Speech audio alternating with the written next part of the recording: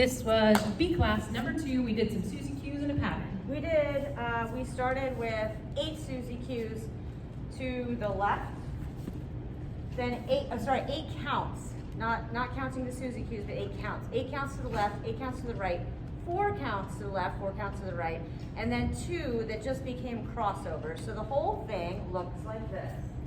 8, 1, 2, 3, 4, 5, 6, 7, 8, 1, 2, 3, 4, 5, 6, 7, 8, 1, 2, 3, 4, 1, 2, 3, 4, 1, 2, 1, 2, 1, 2, 1, 2.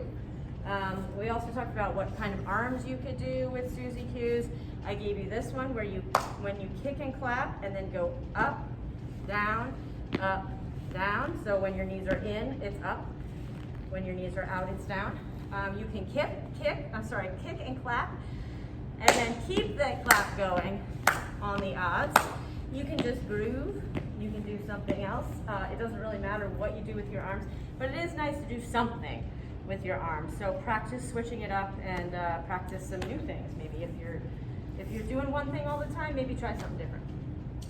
Then we mixed 6s and 8s. So we took the pattern that we worked on last week, which was a 6-count semicircle, a 6-count send out, and then 6 counts back to closed, and we turned it into 8 counts. We took the circle that we did last week, so 8-count circle, 1, 2, 3, and 4, 5, 6, 7, 8.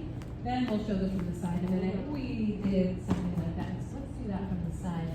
We did an 8-count send out. It's kind of like a promenade, but you stay in open position.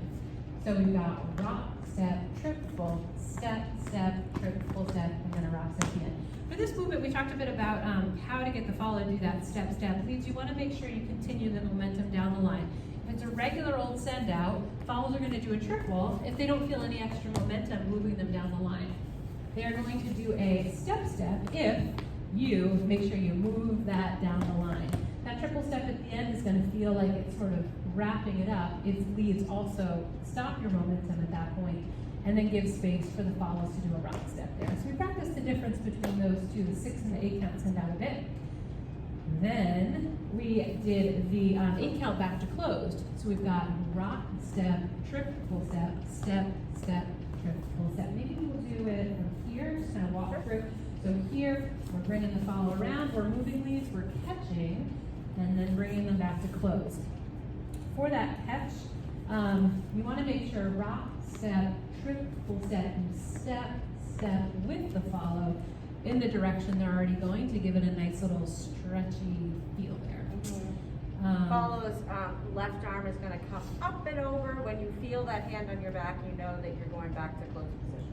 So then we took that sequence we worked on last week, we made it all into 8 counts, and now we just mixed it all up, put on some music, let you guys play around with putting 6s, 8s together in different places.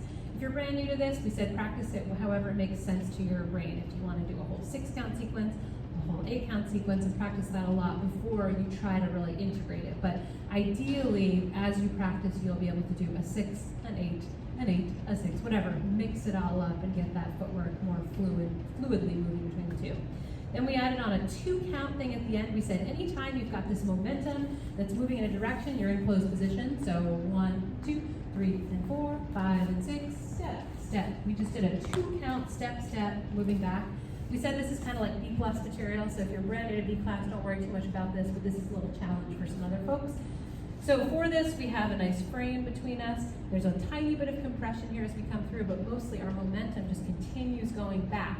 And with that momentum, I'm just going to tuck this hand out of the way as I encourage Jen to spin with this front hand, and we do a little 2-count turn there. People got kind of wrapped up in like, how many counts is that? It's just 2 counts, it's just a step, step, and then you're doing a rock step at the end to finish the move off. But don't worry too much about right now. We were talking about how spin can be sort of building blocks of 2 counts. You don't need to worry too much whether it ends up being a 10 count or a 4 count or 2 counts. It can be these different things if you have the momentum to keep moving. Yeah, I think the biggest thing is follows. You don't stop moving until something stops you. And in this case, nothing stopping you, and in case and also there's encouragement to keep going with that compression on the front hand. Let's show it going this way, maybe towards the camera. So we've got this 1, 2, triple, triple, and then this little step at the end, boom, and then you're rock stepping into it. Some folks are having trouble just with that footwork and doing different footwork. I would say if you have enough momentum in this move, you'll clearly do the step. It's kind of an obvious thing to do. And if this is beyond you, like if Jillian said, like if you're just coming from the A class and this move is a little too confusing for you, don't worry about it. We're giving this to like the folks who need that little extra material. Something. And don't break your brain if this is too hard. That's it. You guys did a great job tonight. See you next week.